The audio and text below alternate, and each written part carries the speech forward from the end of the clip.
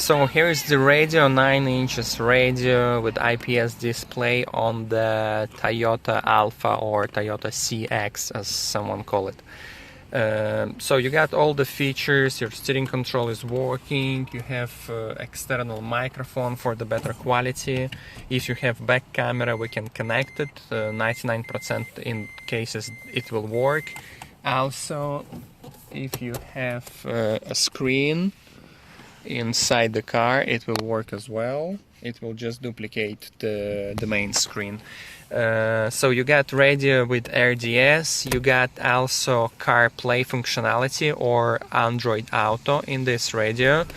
You can listen music from the USB, or you can listen music by the Bluetooth. You got the GPS module installed over here, so probably all the features, and it's the last Android with all the features. You can download any app you want, you just need to connect the internet.